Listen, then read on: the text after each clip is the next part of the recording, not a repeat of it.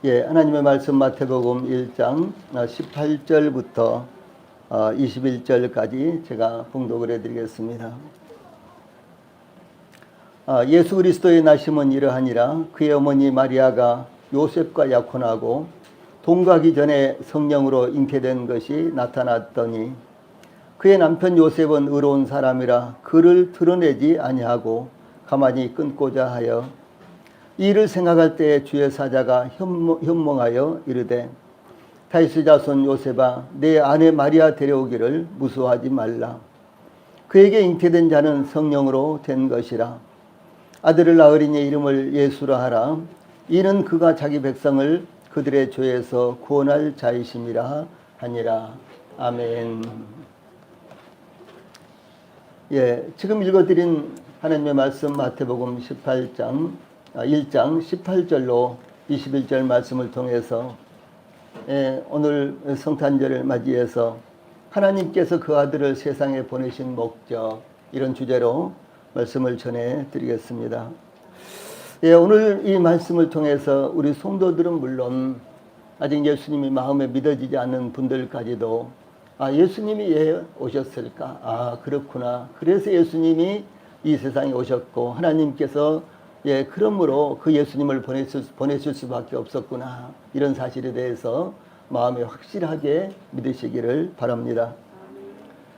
기독교의 핵심은 하나님께서 독생자이시며 하나님의 본체가 되시는 예수님을 세상에 보내신 목적이 무엇인가? 라는 것입니다. 하나님께서 세상을 말씀으로 창조하셨습니다. 성경은 증거하기를 태초에 하나님이 천지를 창조하시니라. 하나님이 이르시되 빛이 있으라 하시니 빛이 있었고 그 빛이 하나님이 보시기에 좋았더라. 하나님이 빛과 어둠을 나누사 하나님이 빛을 낮이라 부르시고 어둠을 밤이라 부르시니라. 저녁이 되고 아침이 되니 이는 첫째 날이니라. 이렇게 증거하셨습니다. 이 태초에라는 말씀은 제일 먼 처음에 하나님 외에 아무것도 존재하지 않을 때 하나님께서 천지 즉 하늘과 땅을 창조하셨다라고 하는 사실입니다. 하나님께서 창조를 시작하시고 완성하셨습니다. 그 첫날에 빛을 창조하시고 빛과 어두움을 나누셨는데 그것이 바로 오늘날 낮과 밤이 되었다. 이렇게 성경은 증거하고 있습니다. 그런데 하나님께서 인간을 창조하실 때에 창세기 1장 27절에 보면 하나님이 자기 형상 곧 하나님의 형상대로 사람을 창조하시되 남자와 여자를 창조하시고 이렇게 하나님을 모델로 우리 인간들을 창조하셨다라고 증거하고 있습니다. 동물이라든가 갖가지 또 여러 가지 생물들, 무생물들이 다 많이 있지만요. 이와 같은 것들은 하나님의 형상과 모양을 따라서 창조되지 않았습니다. 다시 말해서 하나님을 모델로 창조되지 않았다는 사실이죠. 그런데 우리 인간들만은 하나님께서 하나님 자신을 모델로 해서 창조하셨는데 그것은 우리 인간들이 하나님과 똑같은 이성을 가진 이와 같은 생명체 존재요. 또 뿐만 아니라 하나님과 교류를 할 수 있도록 하나님과 교통할 수 있도록 이렇게 창조하신 것이 이 인간 창조의 특징이 되는 것입니다. 특히 인간을 창조하실 때 여호와 하나님이 땅의 흙으로 사람을 지으시고 생기를 그 코에 불어넣으시니 사람이 생명이 된지라 라고 사람의 본질이 무엇인지를 말씀하셨습니다. 우리 인간의 육체는 흙이요 그리고 우리 인간의 생명은 하나님께로부터 온 영이다 라고 하는 사실을 말씀하는 것입니다. 이와 같이 우주와 세상에 존재하는 모든 것이 하나님께서 창조하심으로 존재하게 된 것입니다.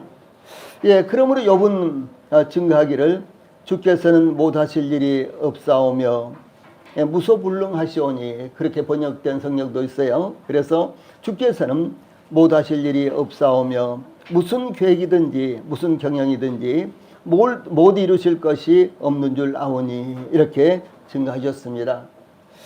대단히 중요한 이와 같은 말씀입니다. 그런데 왜 이와 같이 전지전능하시고 무소부재하신 하나님께서 그 아들까지도 세상에 보내셨어야 하셨을까요?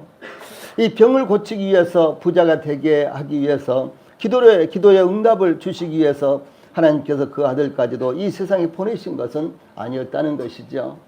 그런데 많은 이 교회 다니는 분들이요, 이와 같은 목적 때문에 교회를 다니는 것입니다. 마치 입시철이 되면은 종로의 조계사에 수없이 많은 등을 달되 돈 있는 사람들은 1억짜리도 달고 없는 사람들은 10만 원짜리도 달아서 이제 자식들이 시험을 잘 치르도록 하는 것이 이어차 오늘날 불교로 변해버렸고, 또 무슨 일이 있으면 고사를 지낸다든가 제사를 지내는 것이 오늘날 불교로 변해버린 것과 마찬가지로 기독교도 이와 같이 유사한 종교로 변질이 되고 말았다는 것이죠. 만약에 석가모니가 이 사실을 직접 본다면 무엇이라고 생각하겠어요? 그런데 이와 같은 것들은 석가모니가 가르친 것이 아닙니다. 우리나라 성철 스님이라고 아주 고승이 계셨잖아요.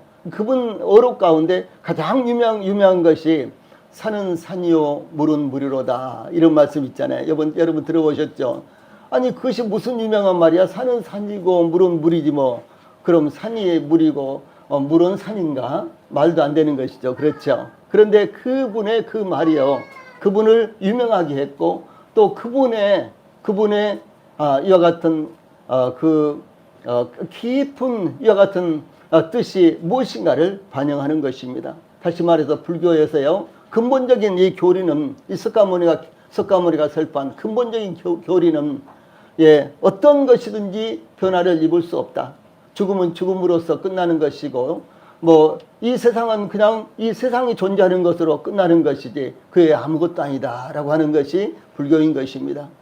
그런데 이와 같은 불교가 변질이 되어서 가서 기도하고 공들이면 무슨 소원이 이루어진다든가 등등 이런 식으로 변질이 됐잖아요. 다시 말해서 기복신앙으로 변질이 됐단 말이에요. 그런데 기독교도 동일하게 마찬가지로요, 병을 고침받기 위해서, 잘 살기 위해서, 사업이 잘 되기 위해서, 아무튼 성공하기 위해서 등등 이와 같은 이제 목적을 가지고 교회를 다니고 기도를 하는데, 실상 기독교의 본질도 그와 같은 것이 아니다라고 하는 사실이죠. 이건 참 중요한 것입니다. 이와 같은 것이라면요, 다시 말해서 병을 고치기 위해서, 부자가 되기 위해서, 혹은 기도응답을 위해서 그 아들까지 보내실 필요가 없이 이미 구약 성경에도요, 이와 같은 일들이 수도 없이 성취가 되고 이루어졌던 이와 같은 놀라운 모습을 볼 수가 있다라고 하는 사실이죠.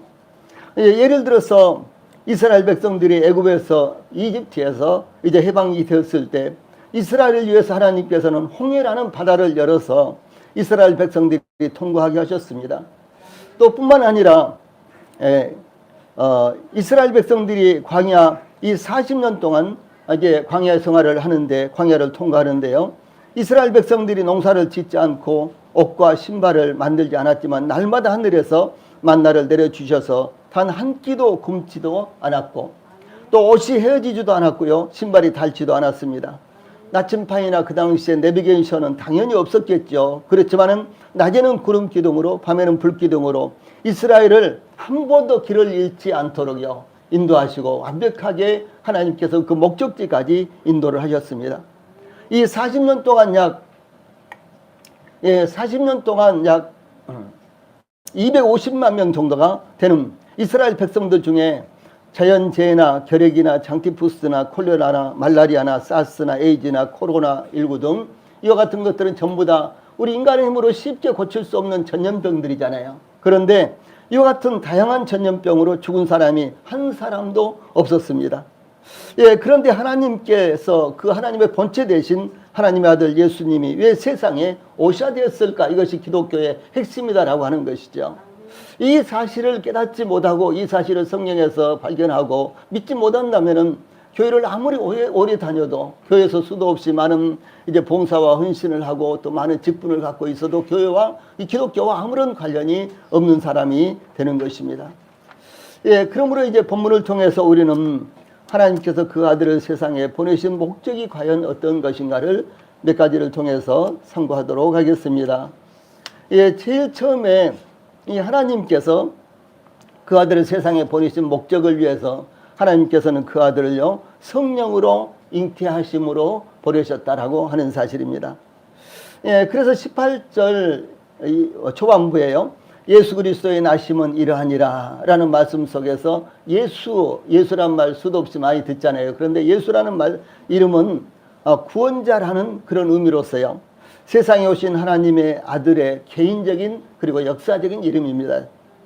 그 다음에 예수 그리스도 그러는데, 그리스도는 예수님의 공적인 이름으로서요, 메시아 즉 기름 부음을 받은 자라는 의미로서 어떤 특별한 직무 수행을 위해서 구약시대 보면은 예수님이 오시기 전인 시대예요.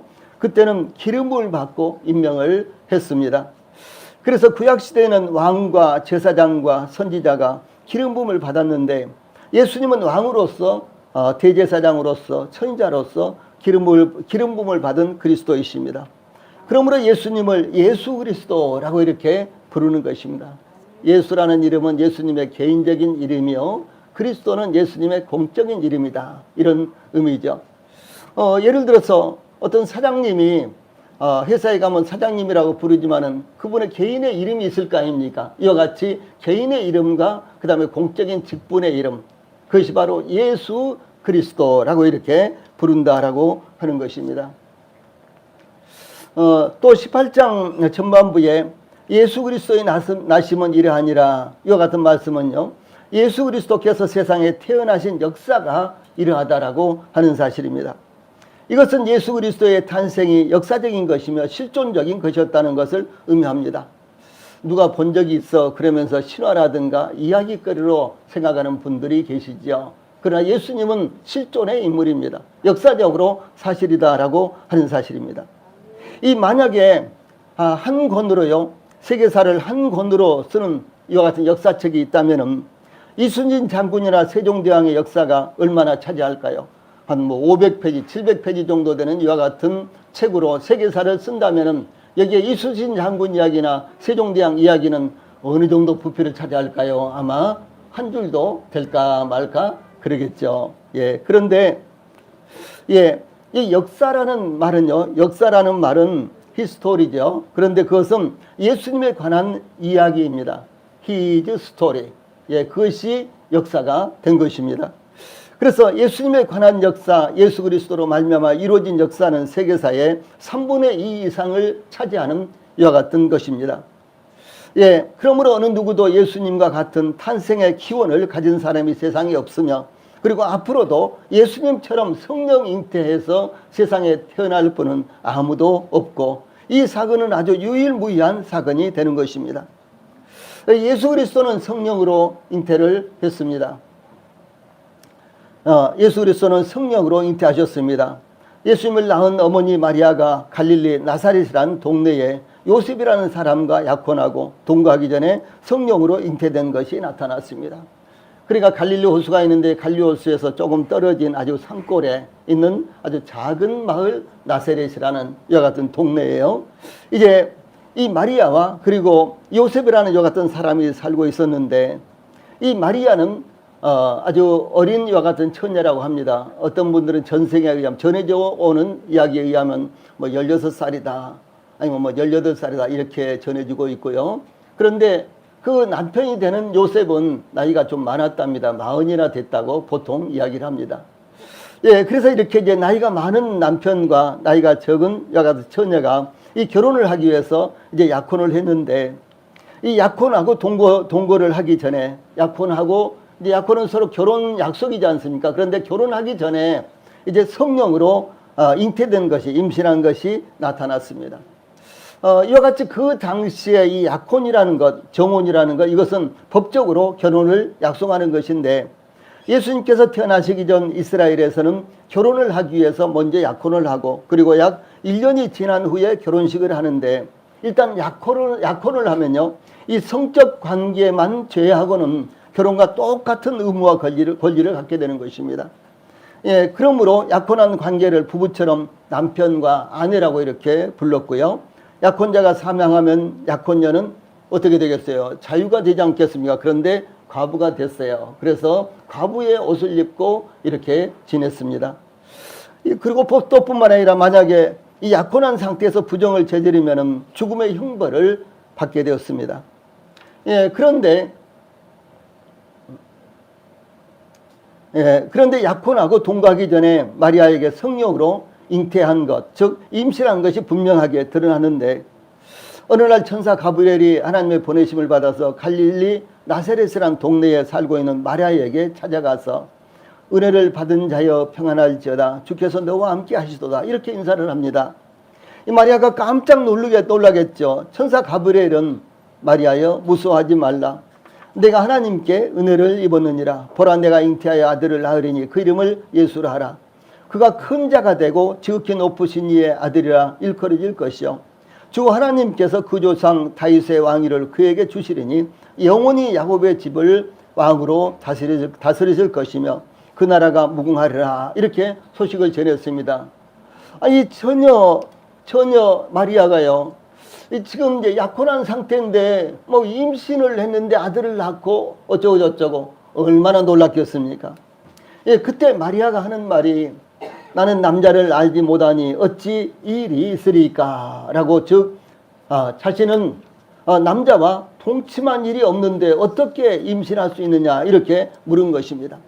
남자를 알지 못하니 여기 알지라는 말은요 동침하다 그런 말입니다. 그래서 나는 남자와 동침한 적이 없는데 어떻게 내가 아기를 낳을 수 있겠습니까? 정말 당연하지요. 예, 그렇죠. 이렇게 이제 질문을 하니까요. 천사 가브리엘이 이렇게 말합니다. 성령이 내게 임하시고 지극히 높으신 이의 능력이 너를 덮으시리니 이러므로 나실 바 거룩한 이는 하나님의 아들이라 일컬어지리라. 이렇게 대답했습니다. 이것은 남녀 관계, 인간 관계를 통해서 태어나는 아들이 아니라 이 하나님께서 성령으로 이제 마리아에게 임하심으로 말미암아 마리아가 임신하게 됐다라고 이렇게 말한 것입니다. 이 마리아의 남편 즉 약혼자인 요셉은 이 마리아가 임신한 것을 알고 마리아와 관계를 조용히 끊으려고 시도를 했습니다. 이 성경에 보면 이 요셉은 의로운 사람이라 이제 그 임신한 것이 점점 드러나자 이 약혼자 요셉이 약혼녀 마리아의 관계를 이렇게 끊으려고 생각을 했습니다. 예, 그 당시에 전통적인 풍습으로는 약혼녀라도 부정한 이와 같은 방법으로 임신을 했다면요 광장에 끌어내서 돌로 쳐서 죽였습니다. 그런데 그 남편 요셉은 나이도 많고 아마 그런지 모르겠어요. 그리고 자기 이제 아내가 될 이 약혼녀는 아주 나이도 적고 그래서 그냥 집으로 돌려보내자 이런 생각을 하고요 가만히 끊으려고 했다라고 하는 것이죠. 예, 그랬는데 이제 그때 이 약혼녀가 자신과 관계없이 임신을 했다니 참 기가 막힐 일이 일어난 것입니다. 여러분은 어떻게 되겠어요? 약혼을 했는데 아직 동참한 적이 없는데 아니 배가 점점 불러오는 거예요. 그러면 이런 모습을 보면서요 어떻게 되겠습니까? 정말 기가 막힐 일이었습니다. 예, 그때 천사가 이 요셉에게 나타나서 다윗의 자손 요셉아 내 아내 마리아 데려오기를 무서워하지 말라. 그에게 잉태된 자는 성령으로 된 것이라 이렇게 지시를 한 것입니다. 이건 남녀 관계를 통해서 임신한 것이 아니라 하나님께서 그렇게 임신하게 하셔서 지금 아들을 낳게 될 것이다 라고 이렇게 지시했습니다. 이와 같이 예수님은 인간적인 방법으로 즉 인간관계를 통해서 세상에 태어나신 것이 아니라 단순히 처녀 마리아의 몸을 활용해서 육체를 입고 태어나신 하나님의 아들이다 라고 하는 사실입니다. 자, 그것을 우리 인간의 머리로는 이해할 수 없는 것입니다. 그렇죠. 과학적으로도 설명할 수 없는 것입니다. 예, 그래서 나는 그것을 믿지 못하겠다라고 하는 사람들이 교회 다니면서도 많이 있는데 저희들이 믿을 수 있는 것은 하나님의 말씀이 틀림없고 하나님의 말씀이 한 글자도 오류가 없는 그 하나님의 말씀이 이렇게 증거하고 있기 때문에 우리는 그대로 받아들이는 것입니다. 또 뿐만 아니라 인간관계를 통해서 예수님이 태어나셨다면 예수님의 가르치심, 예수님의 이적 등등 이 모든 것들이 어떻게 이루어지겠습니까? 또 뿐만 아니라 예수님이 태어나실 것에 대해서 성경은 구약성경, 신약성경 이렇게 되어 있잖아요. 근데 구약성경에 예수님이 태어나실 것에 대해서 약 250번 이상이나 구체적으로 예언이 되어 있습니다. 그런데 그 예언이 하나도 틀리지 않고 100% 그대로 예언이 적중한 것입니다. 그러므로 이와 같은 사실을 통해서 우리는 그 예수님이 인간관계를 통해서 임신하고 태어난 것이 아니라 바로 하나님의 능력으로 성령 잉태로 말미암아 이렇게 태어났다는 사실을 저희들이 의심 없이 받아들이게 되는 것입니다. 예, 그러므로 우리가 똑같은 인간으로 태어나셨지만 중요한 것이 무엇입니까? 혈통적으로나 육체적으로 죄와는 아무런 관계가 없는 사람, 완전한 사람이요 또한 하나님이다 라고 하는 사실을 이렇게 말씀하는 것입니다. 자, 저희들이 이제 인간관계를 통해서 태어난 저희 자녀들, 여러분들의 자녀들이 있잖아요. 그런데 아마 여러분들의 자녀들에게 여러분들이 나가서 못된 짓을 하고 오고 적절할 때 도둑질도 해야 되고 이제 어떤 때는 사람을 속이기도 하고 뭐 이렇게 해서 먹고 살아 이렇게 아마 가르칠 분이 한 사람도 없을 거예요. 지난번에 이제 그 몇 년 전이죠. 여러 가지 이제 그 성적인 이와 같은 범죄 때문에 감옥에 들어간 한 사람이 자기 아들이 있었잖아요. 그런데 이 사람이 감옥에 들어가서 아직 형이 확정되기 전에 자서전을 쓴다고 이렇게 해요. 그래서 기자가 이제 물어봤어요. 아니, 자서전을 써서 뭐 하려고 그러냐. 그러니까 인세를 받아서, 저작료를 받아서 자기 아들한테 주려고 그런다. 이제 이렇게 해서요. 좀 여러 가지 마음에 여러 가지 생각이 들었습니다. 그래서 아주 악한 사람도 자기 자식에게 좋은 것을 줄 알고요. 자기 자식이 아주 훌륭하게 자라기를 원하는데 그것과는 달리요. 모든 사람들의 자녀들이 다시 말해서 어린이들이 점점 자라면서 죄를 알게 되고 가르치지 않아도 여러 가지 죄를 유발하고 만들어내는 이와 같은 모습을 볼 수가 있지 않습니까? 그래서 죄는 가르침을 받아야지만 혹은 봐야만 이렇게 하는 것이 아니라 그 마음 가운데 본질적으로 죄가 있기 때문에 그 죄가 여러 가지 열매를 맺는 것입니다. 예를 들어서 토마토 나무를 심으면요. 토마토 나무를 심으면 틀림없이 토마토가 열립니다. 그렇죠? 그래서 우리 안에 죄가 있기 때문에요. 이 죄의 열매가 점점점 자라서 여러 가지 누구한테 배우지 않아도 여러 가지 죄의 열매가 수도 없이 많이 열린다라고 하는 사실입니다. 자, 그런데 이제 예수님이 성령으로 잉태하셨다. 남녀의 관계를 통하지 않고 태어나셨다. 이것은 바로 그 예수님에게는 죄라는 것이 없이 예수님은 죄라는 것이 없는 완전한 거룩한 인간으로 태어나셨다는 사실이고요. 죄와 아무런 관계가 없는 완전한 사람이다라고 하는 사실을 의미를 하는 것입니다. 자, 두 번째로 이제 20절과 21절 전반부를 통해서요.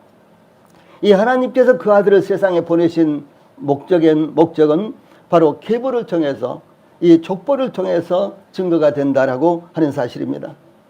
요셉은 그의 약혼 여인 마리아가 임신했다는 것을 알게 되자 마리아 데려오는 것이요 무섭고 두려웠습니다. 남녀 관계를 통해서 임신이 돼야 되는데 자기는 아무런 관계가 없었거든요. 그런데 만약에 이것이 발각되어서 마리아가 이 광장에 끌려나가고 많은 사람들로부터 저주를 받고 돌로 쳐서 죽음을 당한다면 이 약혼자인 요셉의 슬픔도 얼마나 컸겠습니까? 그래서 요셉은 정말 두렵고요 무서웠습니다. 그래서 만약 부정한 방법으로 임신을 했다면 틀림없이 광장으로 끌어내어서 돌로 쳐서 죽일 것이기 때문이었습니다. 그때 천사가 요셉에게 나타나서 아들을 낳으리니 이름을 예수라 하라 이렇게 지시를 했습니다. 아들을 낳을 것이다. 그런데 이름을 예수라 하라 라고 이렇게 지시했습니다. 뭐라고요? 아들을 낳게 된다고요. 요셉은 그가 두려워하고 무서워하던 일이 결국은 일어나는데 그의 약혼녀 마리아가 아들을 낳게 될 것이라고 이렇게 말한 것입니다.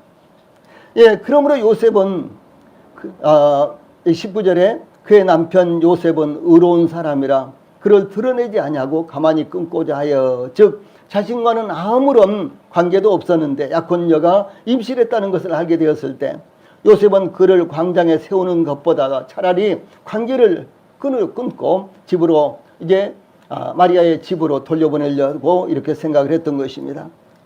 예, 그런데 천사가 이어서 말하기를 다윗의 자손 요셉아 내 아내 마리아 데려오기를 무서워하지 말라. 그에게 잉태된 자는 성령으로 된 것이라 이렇게 증거를 한 것입니다. 예, 이스라엘은 아브라함 시대부터 그러니까 이스라엘의 조상은 아브라함입니다. 그런데 그 아브라함 시대부터요 이스라엘은 이 메시아를 기다려왔습니다. 이스라엘을 구원할 자, 바로 하나님께서 보내셔서 이스라엘을 구원할 자, 그분이 바로 메시아. 그리고 이제 신약 성경에서는 그 메시아를 번역해서 그리스도다 이렇게 말을 합니다. 그런데 이 메시아를 기다려왔습니다. 하나님께서 아브라함에게 창세기 12장 2절로 3절에 보면 너는 복이 될지라, 너를 축복하는 자에게는 내가 복을 내리고 너를 저주하는 자에게는 내가 저주하리니 땅의 모든 족속이 너로 말미암아 복을 얻을 것이라 이렇게 약속을 했습니다. 어떻게 아브라함 일개 한 인간을 통해서요 땅의 모든 족속들이 복을 얻겠어요? 그래서 이 아브라함의 후손으로 태어날 예수 그리스도를 통해서, 메시아를 통해서 땅의 모든 족속들이 복을 받는다라고 하는 말씀입니다. 또 창세기 18장 18절에서는 천하 만민은 그로 말미암아 복을 받게 될 것이 아니냐 이렇게 말씀하셨기 때문에 이스라엘은 한결같이 그들 가운데 메시아가 태어날 것을 기다리고 있었던 것입니다. 또한 하나님께서 모세를 향해서는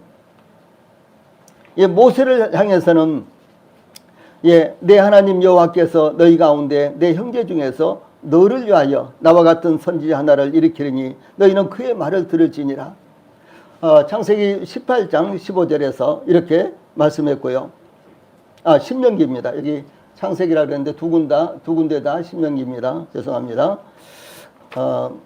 또 신명기 18장 18절에서는 내가 그들의 형제 중에서 너와 같은 선지자 하나를 그들을 위하여 일으키고 내 말을 그 입에 두리니 내가 그에게 명령하는 것을 그가 무리에게 다 말하리라 이렇게 말씀하셨기 때문입니다.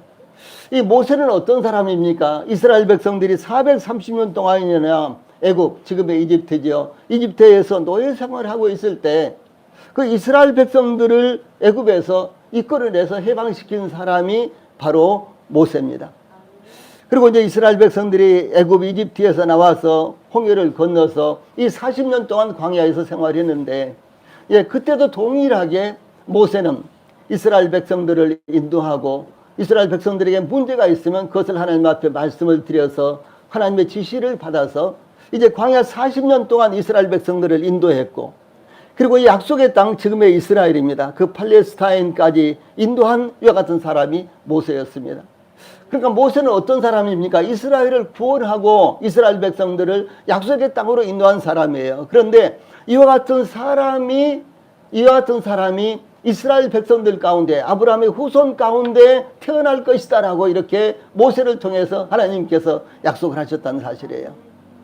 바로 이것입니다. 그래서 이스라엘 백성들은 모세와 같은 위대한 인도자, 모세와 같은 위대한 구원자가 태어날 것이다 라고 이스라엘 백성들은 기대를 하고 기다리고 있었다라고 하는 사실입니다.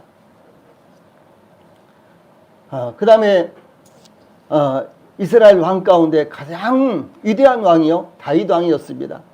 그런데 그 다윗 왕을 통해서는 내가 내 몸에서 날 내 씨를 내 뒤에 세워 그의 나라를 견고하게 하리라. 그런 내 이름을 위하여 집을 건축할 것이요 나는 그의 나라 왕위를 영원히 견고하게 하리라. 내 집과 내 나라가 내 앞에서 영원히 보존되고 내 왕위가 영원히 견고하리라 이렇게 약속을 하셨습니다.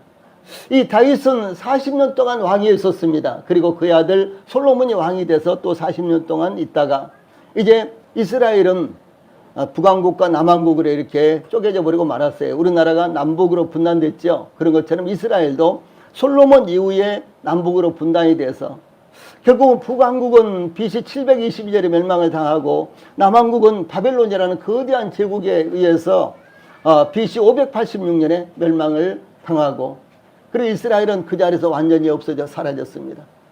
그런데 다윗에게 하나님께서 약속해 주신 것은 무엇인가는 내 나라가 영원히 보존되리라. 그리고 내 자손은 영원히 왕위에 있게 될 것이다. 이렇게 말씀을 하셨어요. 이것은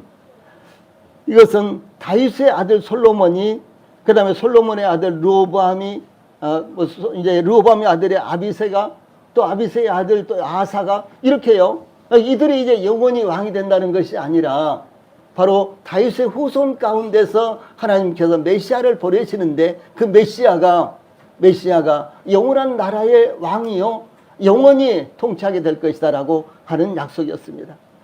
그래서 이스라엘 백성들은 이것을 알고 있었기 때문에 계속해서 이스라엘 백성들은 바로 그들을 구원할 구원자요, 그들을 인도할 인도자인 바로 그리스도 메시아, 바로 그리스도를 기다리고 있었다라고 하는 사실입니다.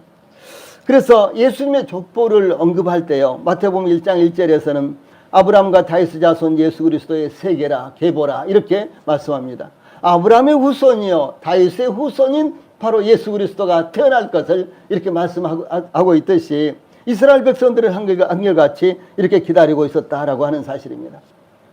그러므로 모든 이스라엘 백성들이 메시아의 탄생을요, 백성이 바라고 기다림으로, 누가복음 3장 15절은 이런 말씀이 나오는데요, 백성들이 간절히 바라고 기다리고 있었다. 무엇을? 메시아가 태어나기를, 그런 말씀입니다. 그러므로 온 이스라엘이 그토록 기다리고 바라던 메시아가 그의 집안에서, 이 요셉의 집안에서 태어난다는 것에 대해서요, 요셉은 그보다 더 큰 영광이 없었던 것입니다. 두 손을 높이 들고 환영해야 될 일이요, 이제 더 이상 두려워하거나 무서워해야 될 일이 아니라는 것을 요셉은 깨닫게 되었던 것입니다. 마리아를 통해서 태어날 하나님의 아들에 대해서 이는 한 아기가 우리에게서 낳고 한 아들을 우리에게 주신 바 되었는데 그의 어깨는 정사를 배웠고 그의 이름은 기묘자라 모사라 전능하신 하나님이라 영존하신 아버지라 평강의 왕이라 할 것임이라. 이렇게 이사야서 9장 6절에서 이 선지자 중에서 가장 위대한 선지자 이사야가요, 이렇게 예언한 것이 있었기 때문에 이 요셉은 더 이상 두려워하거나 무서워하거나 거부하거나 피하거나 그것이 아니라 두 손을 높이 들고 하나님 감사합니다, 환영합니다라고 이렇게 받아들였다라고 하는 사실입니다. 마지막으로 21절에서는 하나님께서 그 아들을 세상에 보내신 목적이요, 그 아들 예수님의 사역을 통해서 나타났다라고 하는 사실입니다. 21절 초반부에 아들을 낳으리니 이름을 예수라 하라 이렇게 말씀이 기록되어 있는데, 조금 전에 제가 간략하게 설명을 해드렸는데, 예수라는 이름은 여호와는 구원이시다 라는 이와 같은 뜻입니다. 이와 같이 예수님의 이름의 뜻은 예수님께서 세상에 오신 목적, 즉 하나님께서 그 아들을 세상에 보내신 목적이 담겨진 이름입니다. 이 성경은 증거하기를 요한복음 3장 17절에 하나님이 그 아들을 세상에 보내신 것은 세상을 심판하려 하심이 아니요 그로 말미암아 세상이 구원을 받게 하려 하심이라 이렇게 증거하고 있습니다. 이 구약 성경도 신약 성경에도 이 성경 전체에서 예수님이 세상에 오신 목적이 무엇이냐면 그것은 바로 구원자로 오셨다라고 하는 것입니다. 우리를 부자되게 하기 위해서, 우리의 병을 고쳐주시기 위해서 등등 이런 목적으로 오신 것이 아니라, 그것은 아까 말씀드렸던 대로요, 하나님이 예수님 보내시지 않고도 천지를 창조하셨고 하나님께서 수도 없이 많은 기적과 이적을 행하셨습니다. 예수님을 보내시지 않고도 얼마든지 이렇게 하실 수 있는 분이셨다라고 하는 사실입니다. 그런데 왜 하나님께서 하나님 자신이 되시고 그리고 하나님의 아들이 되시는 그 예수님까지 세상에 보내시고 또 십자가에서 못 박혀 죽게 하셨느냐라고 하는 사실입니다. 그러므로 이것은 그 무엇보다도 중요한 이와 같은 일이 되는 것입니다. 주 예수님께서도 말씀하시기를 인자에 온 것은 잃어버린 자를 찾아 구원하려 함이니라 이렇게 말씀하셨습니다. 이건 예수님 스스로 말씀하신 것인데, 예수님 스스로 말씀하시기를 내가 온 것은 잃어버린 자를 찾아서 구원하게 하심이라, 구원하기 위함이다 이렇게 말씀을 하셨습니다. 이와 같이 예수님께서 세상에 보내심을 받아서 태어나신 근본적인 목적은 우리를 부자되게 하기 위한 것이 아닙니다. 우리의 질병을 고치기 위한 것이 아닙니다. 신자들이 세상에서 잘 되게 하기 위한 것이 아닙니다. 예수님은 구원자로 오셨습니다. 세상의 구주로 오셨다라고 이렇게 많은 구절에, 위에 있는 여기 많은 구절에 요한복음 4장 42절, 요한일서 4장 14절 등등의 그 외에도 수도 없이 많은 구절에 계속해서 이렇게 말씀하고 있습니다. 자, 그러면 예수님께서 세상의 구주로 오셨는데 어떤 구주, 무엇을 위한 구주이실까요? 무엇으로부터 우리를 구원하시기 위해서 오셨을까요? 예수님이 오신 목적에 대해서 21절 후반부에 이는 그가 자기 백성을 그들의 죄에서 구원할 자이심이라 이렇게 말씀하셨습니다. 예수님은 구원자로 세상에 오셨는데 무엇에서 구원하러? 죄에서 구원할 자, 즉 죄로부터 구원할 자로 오셨다라고 하는 사실입니다. 모든 사람이 죄를 범하였기 때문에요. 모든 사람이 죄를 범하였기 때문에 죄의 싹은 사망이요 이렇게 증가하고 있습니다. 한 사람도 죄가 없는 사람이 없습니다. 근데 비교적으로 A라는 사람은 B라는 사람보다 조금 죄를 덜 줄 수 있었겠죠. 그러나 하나님 앞에서요 모두가 다 죄인입니다. 그래서 이 하나님 앞에서는 물론 죄의 차별이 있지만은 그러나 죄인이 아닌 사람은 없다라고 하는 사실입니다. 그러므로 하나님께서는 그 모든 사람들을 위해서 그 아들을 죄로부터 구원하시기 위해서 보내셨다라고 이렇게 말씀한 것입니다. 그래서 죄로 말미암아 멸망 가운데 있는 인류를 구원하시기 위해서 예수님께서 세상에 임하신 것입니다. 이 사도 바울은 증거하기를 믿보다 모든 사람이 받을 만한 이 말이요, 그리스도 예수께서 죄인을 구원하시려고 세상에 임하셨다 하였도다 라고 이렇게 증거하십니다. 그리스도 예수께서 뭘 하시러 오셨다고요? 죄인을 구원하시러 오셨다라고 하는 사실입니다. 그러므로 죄를 용서함 받고 구원받는 것이 예수님을 믿는 목적이요 기독교의 핵심이다 라고 하는 사실입니다. 예수님의 선지자인 세례 요한은 보라 세상 죄를 죽어가는 하나님의 어린 양이로다 이렇게 외쳤습니다. 예수님께서 다니시는 모습을 보고 예수님의 선구자 혹은 선지자가 세례 요한이죠. 그 세례 요한이 봐라 세상 죄를 죽어가는 하나님의 어린 양이로다 이렇게 외쳤어요. 예수님을 보고 세상 죄를 지고 간다라고 이렇게 이제 선포를 한 것입니다. 그래서 여러분들이 세례 요한과 같이 세상 죄를 지고 십자가로 가시는 예수님을 봐야만 되는 것입니다.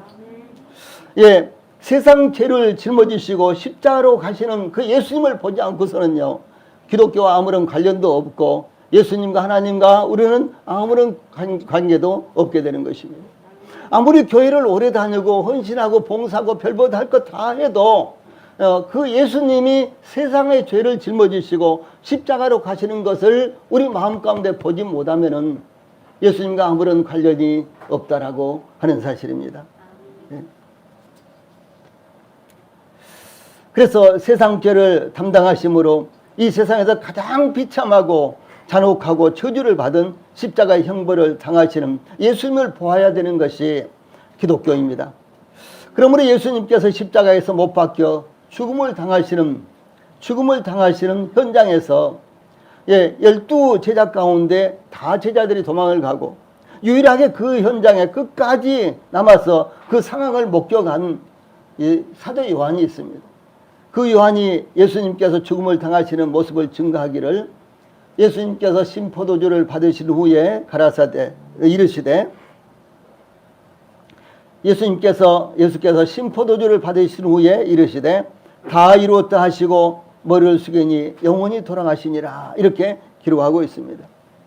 그러므로 요한복음에 의하면 예수님께서 마지막으로 하신 말씀이요 예수님께서 다 이루었다 이렇게 선언을 하시고 돌아가셨어요. 마태복음, 마가복음, 누가복음에서는 예수님께서 큰 소리를 지르시고 돌아가셨다 이렇게 말씀하셨는데 그 큰 소리를 지르신 것이 요한복음에서는 다 이루었다라고 이렇게 밝히고 있는 것입니다. 그래서 예수님께서 십자가에서 못 박혀 죽음을 당하시면서 최후로 말씀하신 것이 다 이루었다라는 것입니다. 다 이루었다. 이 다 이루었다라는 말씀은요, 이 상업적인 용어입니다. 장사할 때, 사업을 할 때 활용하는 것입니다. 예를 들어서 물건을 사기 위해서요, 물건값을 다 주고 물건값을 100% 줘야지만 물건을 받을 수 있잖아요. 그리고 물건값을 다 줬어요. 그래서 물건값 다 갚았습니다. 물건값 다 줬어요. 그 말이에요. 물건값을 다 줬다, 다 지불했다. 이 말이 바로 여기 다 이뤘다라는 말입니다. 다른 말로 한다면은 이 물건값을 이제 주고요. 영수증을 받지요. 영수증을. 그럼 영수증을 받으면 영수증은 무엇을 말하는 겁니까? 이것은 물건값을 100%다 냈다라고 하는 것이죠. 요즘은 참 통장에 딱딱 찍히니까 참 좋지요. 옛날에는 아이고 전기요금을 냈는데요, 전화요금을 냈는데 한 3개월 지난 다음에 전화요금 안 냈다고, 전기요금 안 냈다고 이 통지가 오는 거예요. 저희 집도 한 2번은 그런 일이 있었어요. 그래서 어떻든 간에 이제 영수증, 조그마한 영수증, 전화요금 영수증, 전기요금 영수증 조그맣잖아요. 그리고 조그만 영수증을 잘 챙겨 넣었는데 한 3개월 정도 지나니까 어디 챙겨 넣은지 잘 모르잖아요. 그래서 집을 발칵 다 뒤집고 그야말로 청소를 하듯이 전부 다 보고, 그래도 안 나와서 또 다시 보고, 그래도 안 나와서 또 다시 보고, 그래서 그 찾을 때까지 끝까지 찾아가지고 결국은 영수증을 찾은 적들이 있었어요. 예. 그런데 전화 끊겠다고 집으로 딱 온 거예요. 그 영수증을 찾은 바로 다음 날이요. 냈는데 막 이러면서요. 최근에 이런 일이 있었거든요. 이건 저한테 직접 일어난 일이에요. 제가 휴대폰을 이제 그 2년 전에 2년 약정을 하고 이렇게 다 2년 약정을 하지 않습니까? 그렇게 이제 새 휴대폰을 바꿨는데 2년 됐는데, 그래서 이제 요금제를 이제 좀 바꾸려고 전화를 했더니 4년을 약정했기 때문에 아직도 2년이 남아있다는 거예요. 아니, 내가 분명히 2년으로 한 것이 맞는 것 같은데 휴대전화를 누가 4년까지 써보면 2년 쓰고 좀 지나면은 배터리 때문에 더 못 쓰겠던데, 그러죠? 누가 4년까지 휴대폰을 약정을 하냐? 그런데 이 대리점에서 분명히 4년 했다는 거예요. 그리고 또 KT 건데 KT에 전화해 보니까 4년 약정이 돼 있다는 거예요. 그러면서 하는 말이, 휴대폰을 그러면 앞으로도 이제 이 돈 내야 될 것이 많으니까 기기값 있지 않습니까? 기기값이 60몇만 원 남아 있대요. 그래서 앞으로도 많이 남아 있으니까 새 휴대폰으로 다시 교환을 하면은, 바꾸면은 새로 약정을 해주겠다, 2년. 그래서 이제 어떻게 그 수밖에 없지요. 그래서 이제 약정을 했어요. 그리고 나서 얼마나 참패한 하고 낙심이 되든지요. 몇 시간 동안 인상을 쓰고 혼자서 내가 좀 세밀하게 좀 해야 되는데 내가 그렇게 그냥 예스만 해가지고 그렇게 된가 생각이 들어가지고 다시 전화를 했어요. 일단 보류를 하자. 내가 좀 더 생각을 해보겠다. 그래서 보류를 시켜놓고 가만히 생각해 보니까 이거 소비자 보호원에 한번 문의를 해봐도 괜찮겠다. 그래서 다시 전화해가지고 내가 소비자 보호단체에 가서 여기 문의도 해볼 것이고 막 여러 가지로 막 이야기를 했어요. 예, 그랬더니 뭐 그렇게 하라고 뭐 막 이렇게 하더라고요. 그리고 그때 약정을 했는데 녹취를 했을 거 아니냐. 다 녹취를 하지요. 그럼 그 녹취를 나한테 들려주라. 당신들도 확인하고 나한테 들려주라. 내가 그렇게 했어요. 그래가지고 3일이 지났는데 또 전화가 왔어요. 어떻게 할 거냐고. 아니, 내가 어떻게 할 것이 아니라 당신들이 어떻게 할 건지 이야기를 해라. 빨리 녹취 내놔라. 이제. 그랬더니 오래돼가지고 녹취가 잘 못 찾겠다는 거예요. 그런 대리점이 어디가 있느냐. 이제 그때 내가 이제 승기가 왔어요. 승기. 내가 이제 이기겠다 싶어가지고 마구 다그쳤죠. 그런 대리점이 어디가 있느냐. 빨리 녹취 내놔라. 당신들 녹취도 없이 그러면은 내가 소비자 보호원에 고발하겠다. 막 이렇게 하니까 아무튼 녹취를 찾아보겠다고 이렇게 하더니 또 그 다음날 아무래도 녹취를 못 찾겠다는 거예요. 그렇게 어떻게 되는 줄 아세요? 그래서 그 사람들이요, 물론 유선상으로지만 대리점에서도 그렇고 KT에서도 그렇고 죄송하다는 말을 한 10번이나 하면서 자기들이 잘못했다 그랬어요. 예? 자기들이 녹취를 찾지 못하겠대요. 녹취를 찾지 못하니까 자기들이 4년 약정이라고 자기들이 말할 수가 없대요. 그래서 아직 완전히 다 해결이 됐어요. 우리 여러분들도 우리 성도님들도 분명하게 녹취할 때 분명히 하게 인연 약정인지 확인을 한번 해보시면 좋을 것 같아요. 예. 아니 그런 아주 이상스러운 일이 있었단 말이에요. 그래서 여기 다 이뤘단 말이요. 바로 그거예요. 다 이뤘다. 그 무슨 말인 거는 예수님께서 우리의 모든 죄를 짊어지시고 십자가에 못 박혀 죽으셨잖아요. 그 죽으실 때 다 이뤘다, 다 갚았다, 죄값을 다 갚았다. 죄값은 죽음이죠. 예수님께서 죽음으로 죄값을 다 갚았다. 이런 말씀입니다. 이건 굉장히 중요한 것입니다. 이것이 바로 기독교의 핵심입니다. 예. 많은 분들이 그렇죠. 십계명도 다 지켜야 되고 순종해야 되고 또 교회에서 헌신하고 봉사해야지만 예수님을 잘 믿는 것으로 생각을 하죠. 그런데 성경은 그런 것이 아닙니다. 성경은요, 이 놀라운 사실을 마음에 믿느냐 믿지 않느냐에 달려있다라고 성경은 증거하고 있는 거예요. 예.